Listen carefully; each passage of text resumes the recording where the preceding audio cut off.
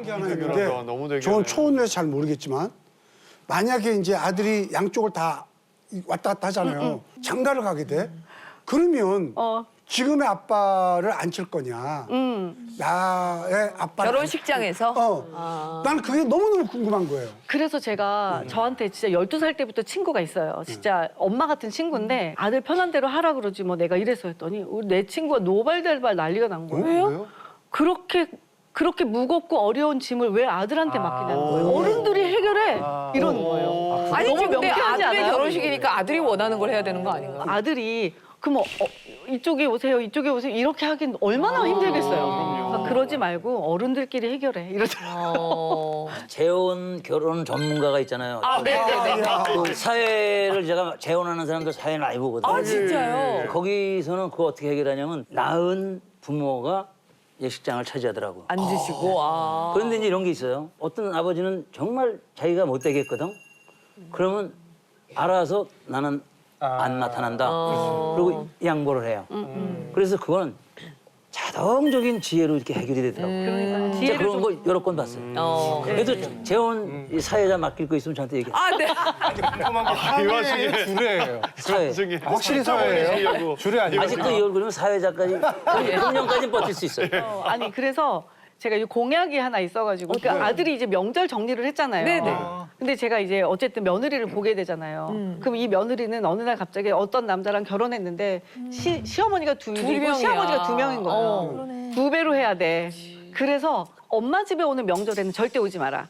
무조건 너네는 여행을 가라. 나는 명절 때 안 와도 된다.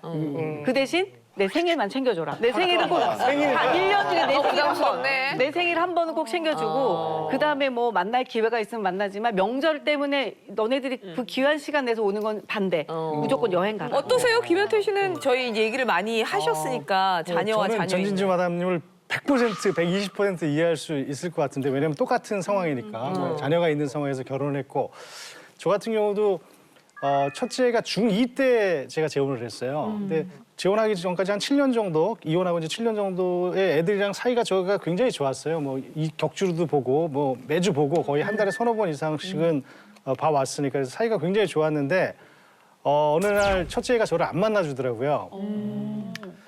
그 이유가 제가 재혼을 한다고 인터넷에 뜬 거예요. 그러니까 지금 그 타이밍을 놓친 거예요. 얘기를 먼저 미리 했었어야 돼요. 먼저 얘기를 예, 그리고 너무 어렸으니까 내가 얘기를 할까 말까 막 고민도 했겠죠. 아직까지 중학생이고 사춘기니까.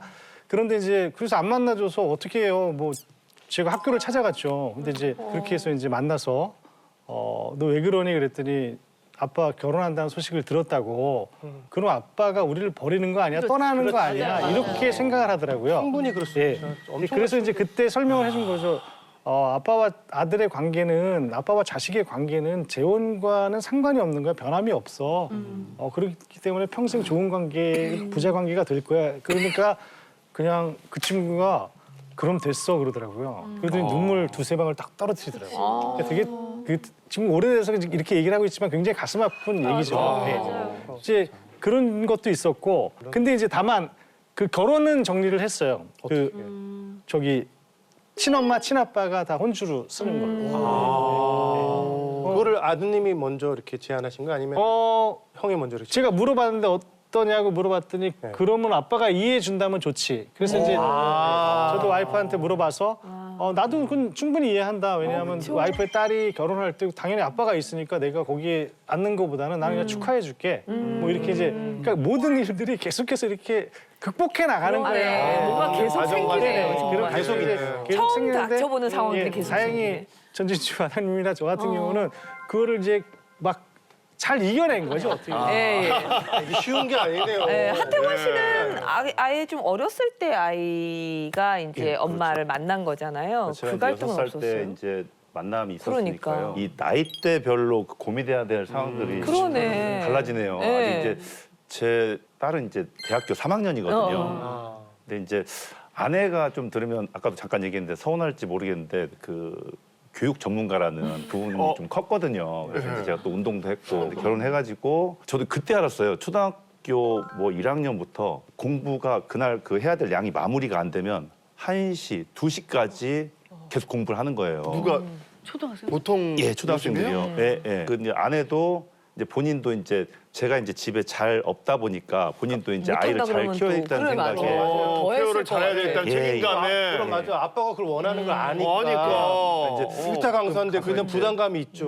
예. 뭐 시험을 보고 그러면 다행히 뭐 이제 95점, 100점 맞고 그러다 보니까 저도 올라가지 성적. 그런 부분에 대해서 이제 상당히 조금 안심을 하고 이제 만족을 했는데 그 외적인 부분들이 조금 쌓이는 게 있었더라고요. 딸한테. 그러다 보니까 이제 중학교 지나고 이제 사춘기가 오다 보니까 그때 좀 이제 사춘기 때 좀 이제 좀 터지게 된 거죠.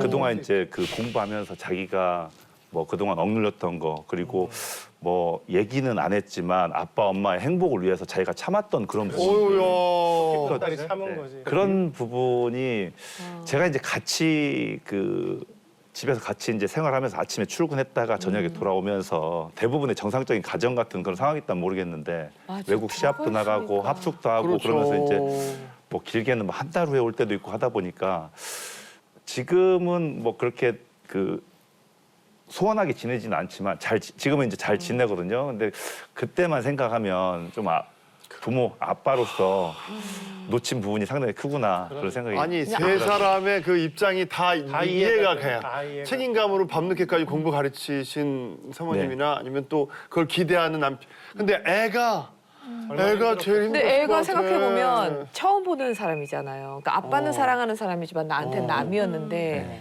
어쨌든 같이 있어야 되는 거잖아. 둘이. 아빠가 그러면. 선생님이랑 결혼한 거야. 근데 그러니까. 선생님이 계속 나한테 책임감으로 뭔가 가르쳐 주려고 더 하는데 그게 열심히. 용량이 넘지.